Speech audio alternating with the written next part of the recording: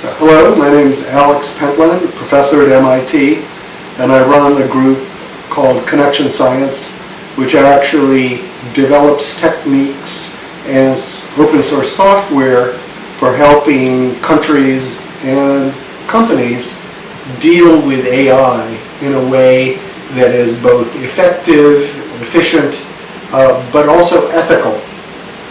And the key idea is that in this new world we're entering, you have data everywhere. Most of the data is in private hands, in the hands of companies. But yet you need that data to be able to run government, to be able to be efficient about social systems, civic systems. How are you going to do that in a way that's trustworthy, unbiased, fair, and that the people understand what's happening? And so I've developed a method that I call open algorithms that allows you to take data from private entities like companies and combine it in a safe way to produce data about entire countries or other large structures, large international companies, etc., in a way that's safe, auditable, and understandable. So the drivers of this are things like security. If you put all the data in one spot, it's sure to get stolen. You have enormous risk. It's ownership. Different people own the data, and with privacy concerns, individuals own the data in a certain sense. They should be able to know what's happening. They should have control over data about them. How do you put this together? The big idea is that instead of putting data all in one place, you keep data where it's originally collected. This gives you federated data rather than concentrated data. So the people that have ownership rights over data continue to hold on to the data, but they agree to algorithmically answer questions. So the computer that the data is on is also willing to answer questions for the public good or for the joint good. Those questions are called algorithms, and in our system we call these open algorithms because they're things that are legally agreed to beforehand. So instead of going to someone and saying, can you give me your data, you say, well, here's an algorithm, I'll show it to you. Can you run this on your data and give me the answer? Legally and organizationally, that's a much easier thing to do.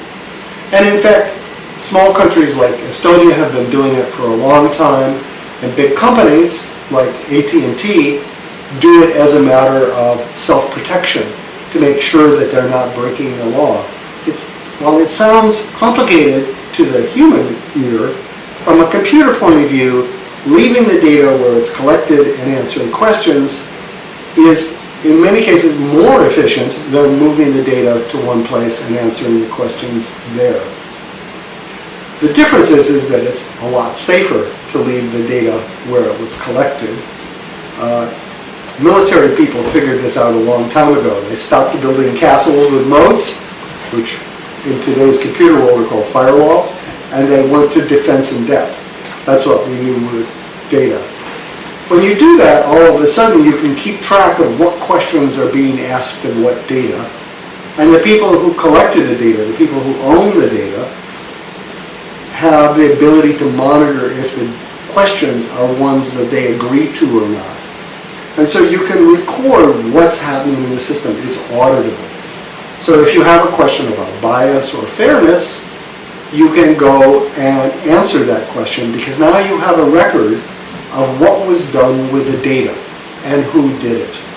So for instance, in the country of Colombia, we were able to look at their poverty programs and discover that there were almost 1 million people who were getting benefits that shouldn't, and 1 million people that weren't getting benefits that should.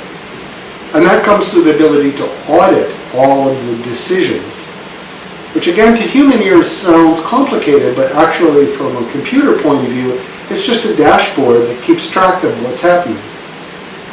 So that's the sort of big view, is that instead of having one centralized control, one centralized repository, you have a federation of different players and their interests that agree to answer certain questions for certain functions, and you audit that. So, as I said, there are some countries like Estonia that are doing that. Recently, Europe agreed, Eurostat, the official data organizations of all of the EU countries, adopted this sort of framework. And there are several other countries that we're working with, Israel, Australia, others, that are also putting up pilots in this to be able to explore how they can get better insights about their country and have better policies by using this public and private data together in an open, auditable way. So that's the key thing. We're deploying these things in different parts of the world. We'd be happy to help you if you're interested. People are typically interested in things like social programs being more efficient, being able to have greater income from tourists or from innovation, or new sorts of civic systems, better transportation, better public health, and we help build those things for people. We don't build turnkey solutions. What we do is we build prototype that are then specialized to be operational for your particular situation. And if you want to know more about this, I'd refer you to, for instance, the keynote I did for the EU presidency, or other sorts of talks like that we'll be making available to you. And we have a book called Trust Data, which describes the techniques. It includes the piece that the Obama White House asked us to do for them, the piece that the UN Secretary General asked, and the piece for the World Economic Forum that describe both the policy, the legal, and the technical aspects. Interestingly, the Chinese central government just translated this into Chinese, and published it through the Chinese Central Economic Press. So you might be interested in $12 on Amazon. So that's the top level story here. I hope you're interested. We'd be happy to talk to you and work with you. Thank you.